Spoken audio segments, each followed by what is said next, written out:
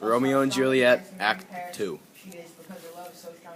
Act 2 begins with a summary of the course of what has happened so far. The summary states that as Romeo's love for Rosaline has faded, and now Romeo has been revived with a love for Juliet, whom he met at the party at the Capulet house in the previous act. The summary goes on to state, though they will run into several difficulties because of their relationship, but their love for each other will allow them to overcome. Scene 1. Act 2, Scene 1 of Romeo and Juliet begins with Romeo explaining that it is hard for him to be away from Juliet. Romeo climbs the wall of the premises and enters the Capulet's garden as Benvolio and Mercutio search for him. Mercutio begins to shout for Romeo, but Benvolio stops him and tells him that if Romeo hears him, then he'll be mad. Scene 2. Romeo uses light imagery to describe Juliet, saying she is the sun and a bright angel. After sneaking into her garden, Romeo overhears Juliet expressing her love for him. Juliet believes she is speaking to no one when she says, "O Romeo, Romeo, wherefore art thou Romeo?" One of the most famous lines from the play, in which Juliet asks why her one love is the one person she is supposed to hate most in the world. Juliet says that which we call a rose, by any other word, would smell as sweet. In this, she is saying she will love Romeo no matter what his name is. Juliet expresses a concern that she was too easily won over, but Romeo assures her that he truly loves her and suggests that they get married. Juliet also says their love is too rash, too unadvised, and too sudden, too like lightning, which doth cease to be ere can say it lightens. In this quote, Juliet expresses her concern that their love is too sudden and dangerous. Scene 3. Romeo meets with Friar Lawrence within his cell. The friar welcomes him into his cell and begins to discuss his knowledge of plants and natural remedies.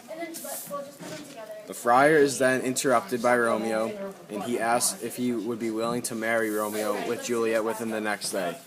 Reluctant, the friar explains he was just in love with Rosaline not long ago.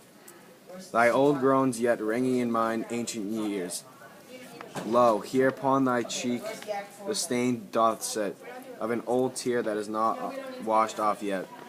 The friar is explaining that he can still hear Romeo's cries for Rosaline. However, the friar agrees to marry them, hoping that this marriage will be enough to end the ongoing feud between the Montague and the Capulet family.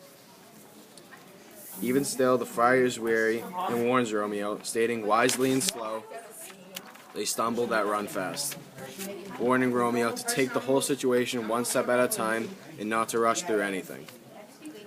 Scene 4. Romeo is now the opposite of his past depressed self and is now energetic. On the streets, Mercutio and Benvolio see Romeo and approach him. Romeo then defeats Mercutio in a battle of cleverness. The nurse finds Romeo and delivers him a message from Juliet, and it says to meet at Friar Lawrence's cell to be married. Scene 5. The nurse teases and refuses to tell Juliet about the news Romeo sent, so she makes excuses why she cannot tell her. The nurse first complains about her bones aching, and then tells Juliet she's out of breath. Juliet claims if the nurse has the breath to tell her she is out of breath, then she can just tell her the news Romeo has sent. The nurse finally tells Juliet that Romeo is waiting to marry her at Friar Lawrence's cell. She must take a ladder to escape from her room to meet Romeo. Scene 6. Friar Lawrence hopes the secret marriage between Romeo and Juliet will not be frowned upon by the heavens. He hopes they will be forgiven by this rather than punished. Friar Lawrence believes once he marries Romeo and Juliet, the feud between the two families will come to an end.